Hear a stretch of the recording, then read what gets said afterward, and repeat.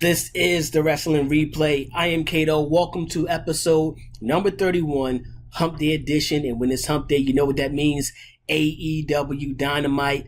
This episode of Dynamite wasn't one of my favorites, to be honest. It was probably my most disappointing episode of AEW Dynamite.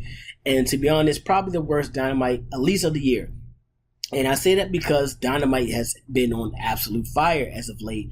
And this Dynamite episode, it was kind of lackluster. I feel like some of the storylines, some of the matches that we got thrown together for All Out, it was kind of forced together. It wasn't really no good build towards it.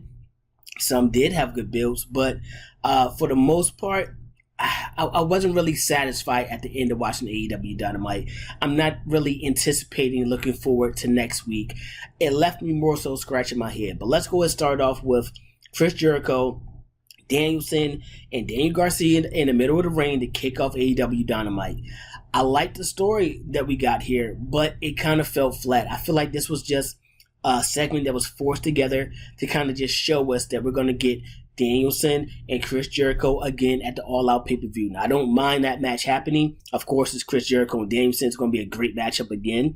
I like the fact that Daniel Garcia is kind of involved. He's keeping that young guy involved. He's getting a rub from these two vets, these two guys that people love in the wrestling industry. So I like the fact that he's able to get some of the rub from that.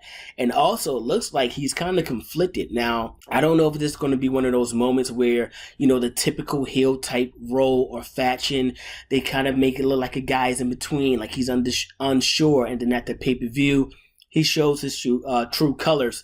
So that could possibly happen. But to be honest, I think he fits best in the Blackpool Combat Club. But that club is kind of, you know, it's kind of crowded right now. You got 5 guys in there, 3 of which are champions already in their own right.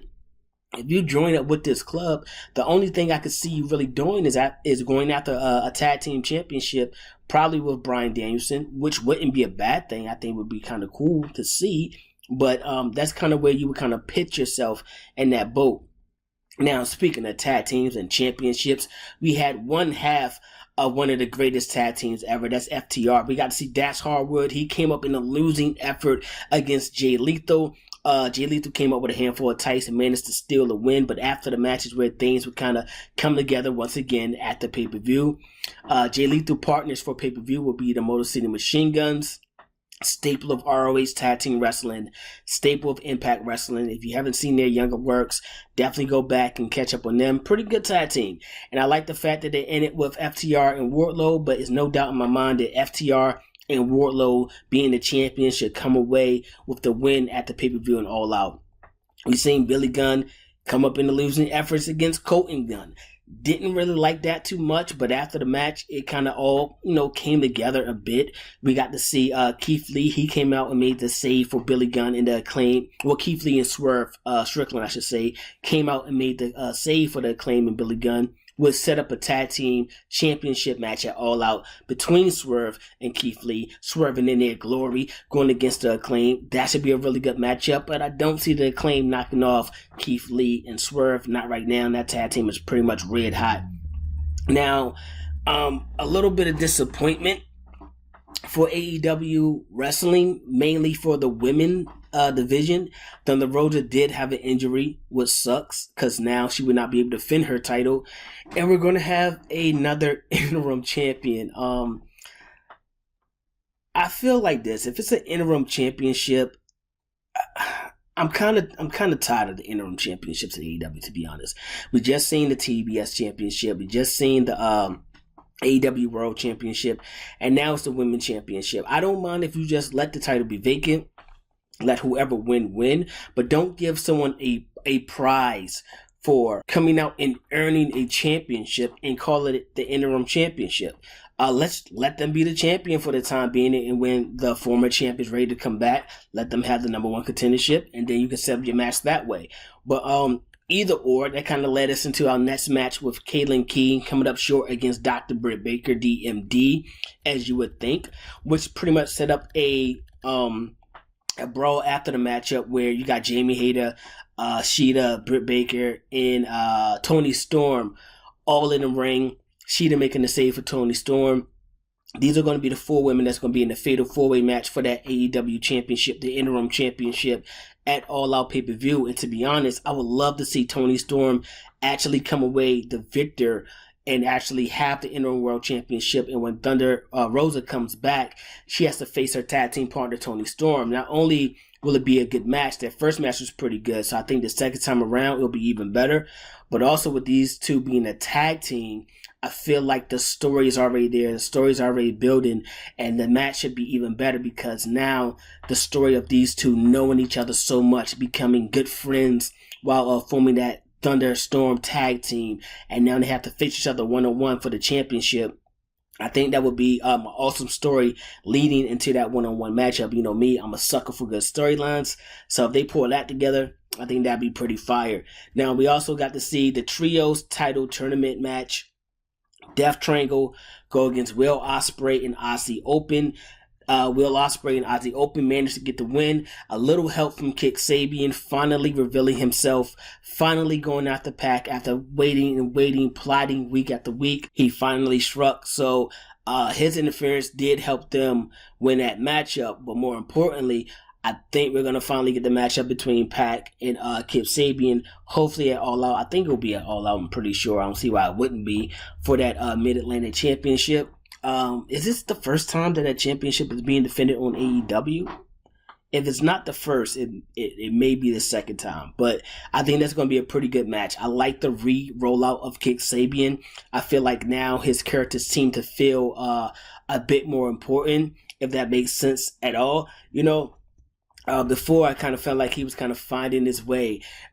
Even with Miro, when Miro came, I feel like it was more about Miro than Kip Sabian, and then it was more about his girlfriend than Kip Sabian. Now I feel like Kip Sabian is like the center of attention in this role that he's in right now, so that's pretty dope. Now, that was the main event of AEW Dynamite, but I had to save what was supposed to be the best for last, and that's the matchup between Jon Moxley, CM Punk, AEW champion, AEW interim world champion, who will be the true AEW champion, and we found out in a matter of 3 minutes.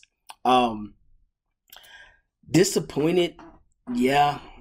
A letdown, of course, and I say that because not that I don't want to see Jon Moxley as world champion. I think he makes a hell of a world champion. He had a great run. I felt like the fans were into it when he was champion. So that's not an issue there. There's no problem with him being a world champion. But how it went down, I wasn't really feeling it. For one, CM Punk re-injures the foot during the matchup. Cool, understand that. But this match ended up being a squash match. That's pretty much what it came down to. He jobbed to Jon Moxley. He came out there, re-injured the foot.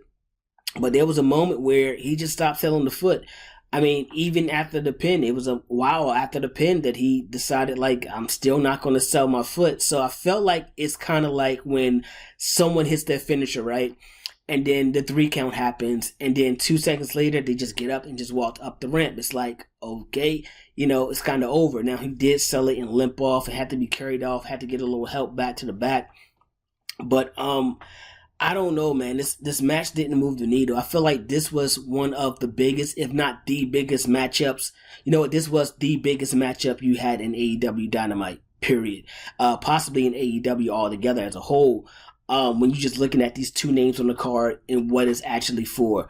You feel like you're going to get something big. And with it being in Ohio, Jon Moxley's hometown, you think you're going to get a hell of a match where Jon Moxley is losing and he has to dig deep. And he digs deep and then he overcomes everything CM Punk throws at him to become the AEW World Champion. But that was not the case. Jon Moxley just ran through CM Punk. And it's kind of like with all the news that's been circulating, especially this past week with CM Punk attitude in the locker room, him possibly not being happy right now in AEW. I looked at an article earlier this week saying Road Dogg said that CM Punk was kind of difficult to work with when he was in WWE together.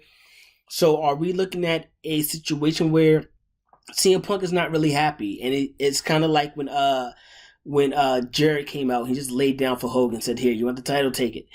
Is that kind of what we're seeing right here? Is CM Punk taking his ball and going home again? Like, I don't get it. For me, I definitely don't want to see a matchup again at All Out. it wouldn't make sense. If his foot was that bad that he could not finish that matchup, or it cost him to lose a match in 3 minutes, is no way that foot should be ready in 10 days time.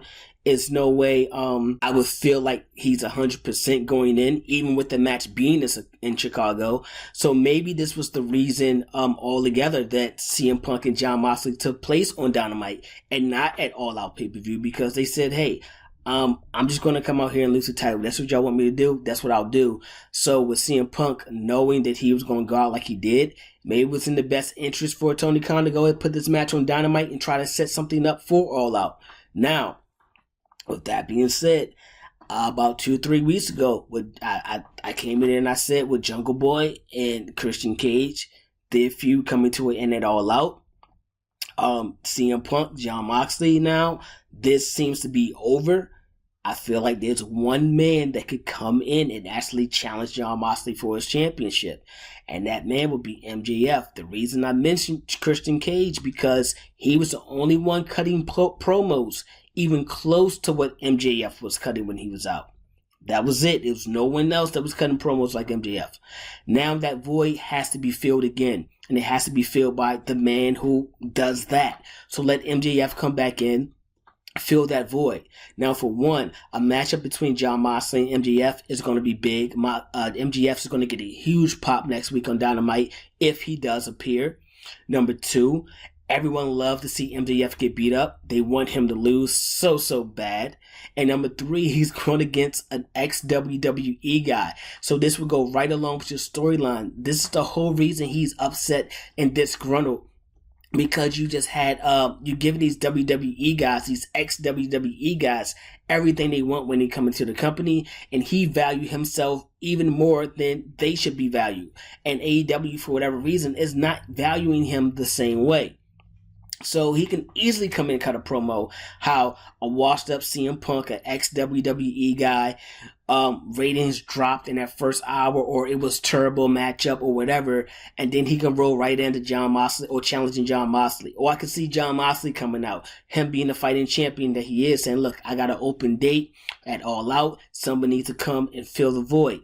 That would be a pretty dope, way to open it up as well. If we get MJF coming out then, cutting a promo on Wednesday, cutting a promo on Dynamite, he will for surely sell that pay-per-view leading into Saturday. That's a pay-per-view match I would buy. I'm not buying Jon Moxley and Heyman Page. I don't want to see Jon Moxley and CM Punk right now again. Maybe in 2-3 months time when CM Punk says, hey, my foot is back 100% for sure this time. Maybe that type of matchup. Other than that, you haven't really built anyone else up to face Jon Moxley. He already defeated Chris Jericho. He defeated Brody King. These are guys that he defeated along the way to build up to the CM Punk match, and then you give me this 3-minute matchup. So it's only really one guy right now I could see, because with Heyman Page kind of tied up, Adam Cole, he has his injury, and I think he's going to be tied up with the Elite when that Trios Championship, when it's time. I think they'll win it all. So, who else do we got besides Jon Moxley? And that's one problem that we have is you got to build guys up to the point that number 2, number 3 can jump right into that number 1 spot and challenge for the champion. You don't have that right now in AEW. So now I don't know if the championship will even get defended at All Out. If it doesn't, I wouldn't be too disappointed, but it would suck for All Out being such a big pay-per-view in front of a crowd like Chicago.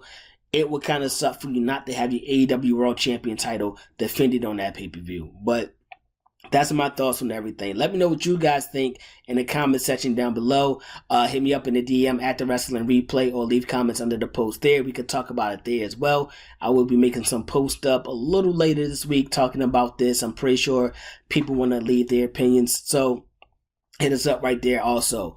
Now, if you like what you hear, like what you see, go ahead, hit that like and subscribe button for us and turn your notifications so you never miss any time that we drop a video. I would love to hear what you guys think about the All Out pay-per-view coming up, because right now that card isn't shaping up to really, be what it is when you think of All Out. Think of the other All Out pay-per-views that we had prior to this one. This one's kind of coming up short already, so they have 10 days. Do you think that AEW can get it together and pull together a really good pay-per-view that they can put on in front of that Chicago crowd? I don't know if they can do it. I don't know if it's enough time. I do think MJF would be the one person that they could bring back right now to sell out that pay-per-view card for him. That's everything for AEW Dynamite this week. I'll be back Friday with SmackDown and Rampage. I'm Cato. I'm signing out. Peace.